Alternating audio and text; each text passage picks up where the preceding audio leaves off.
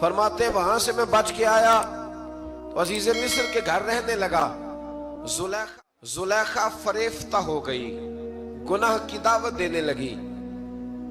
تو حضرت یوسف نے کہا قال معاذ اللہ, میں اللہ کی پناہ چاہتا ہوں. سارے دروازے بند کر کے جب وہ پیچھے بھاگی, اصل حسین وہی شخص ہوتا ہے جو اپنے باطن کے حسن کو بچا لیا کرتا ہے. جو سوداگری کرنے لگے وہ تھوڑا حسین ہوتا ہے. حضرت یوسف علیہ السلام جب بھاگے تو اس نے پیچھے سے پکڑ کے کرتا کھینچا, کرتا پھٹ گیا. ابھی آپ دروازے تک پہنچے تھے, عزیز مصر خود آ گیا. اس نے آگے کہا یہ کیا ہو رہا ہے؟ تو اس نے مکر کیا. زلیخا نے کہنے لگی کہ ہونا کیا ہے, اس کو گھر میں رکھ کے پالا ہے, اب جوان ہوا ہے تو معاذ اللہ اس نے میرے طرف دست درازی کرنے کی کوشش کی ہے.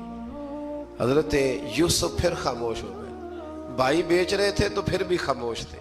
کبھی کبھی کچھ چیزیں خاموش رہ کے سہنی پڑتی. زخم پہ زخم کھا کے جی, خون جگر کے گھونٹ پی, آہ نہ کر لبوں کو سی, یہ عشق ہے کو دل لگی نہیں. حضرت یوسف علیہ السلام پھر چوپ ہے. زلیخا نے بڑی باتیں کی. ایک دانا آدمی تھا, قرآن کہتا ہے ایک بولا بولنے والا, ایک عقل مند بولا. اس نے کہا دیکھو نہ زلیخا کی سنو نہ یوسف کی سنو.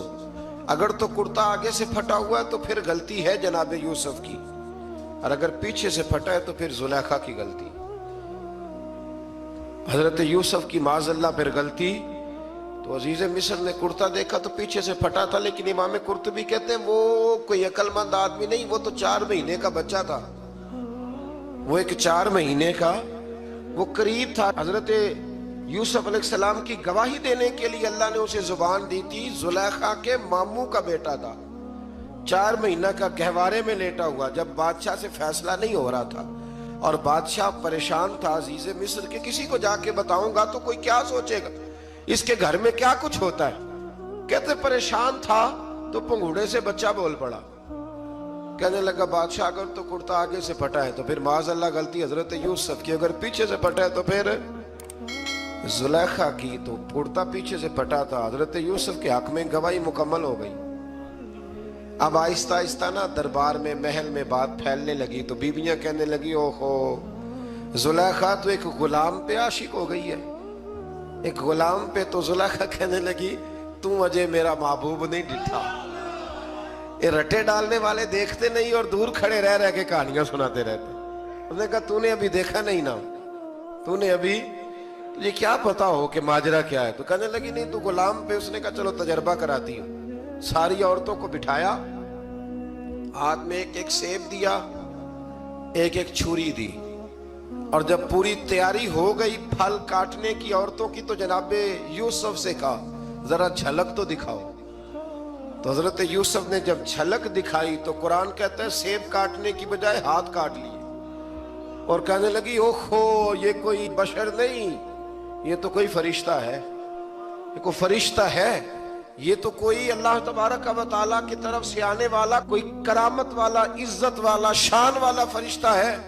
حضرت زلیخا کہنے لگی سمجھ آئی ہے پھر, تو مجھ پر شکوہ کرتی تھی. تو اب وہ بات بھی آہستہ آہستہ پھیلنے لگی کہ حضرت یوسف علیہ السلام کی غلطی نہیں, غلطی زلیخا کی.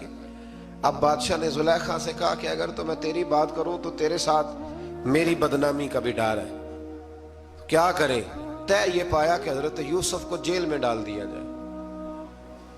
پہلے بھائیوں کے تھپڑ, پھر کنواں, پھر مصر کی منڈی, پھر زلیخا کا الزام, اور پھر باری آ گئی جیل جانے کی.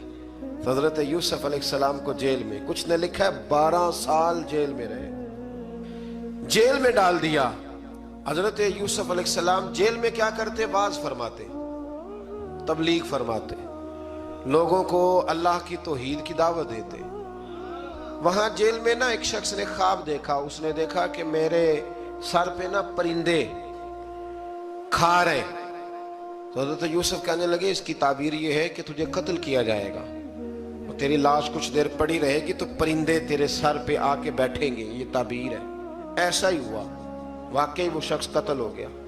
ایک شخص نے دیکھا کہ وہ شراب کشید کر رہا ہے. اس نے بھی تعبیر پوچھی تو آپ نے فرمایا تو اپنے بادشاہ کو پلائے گا. محسوس ہوتا ہے کہ اتنی دیر تک شراب ناجائز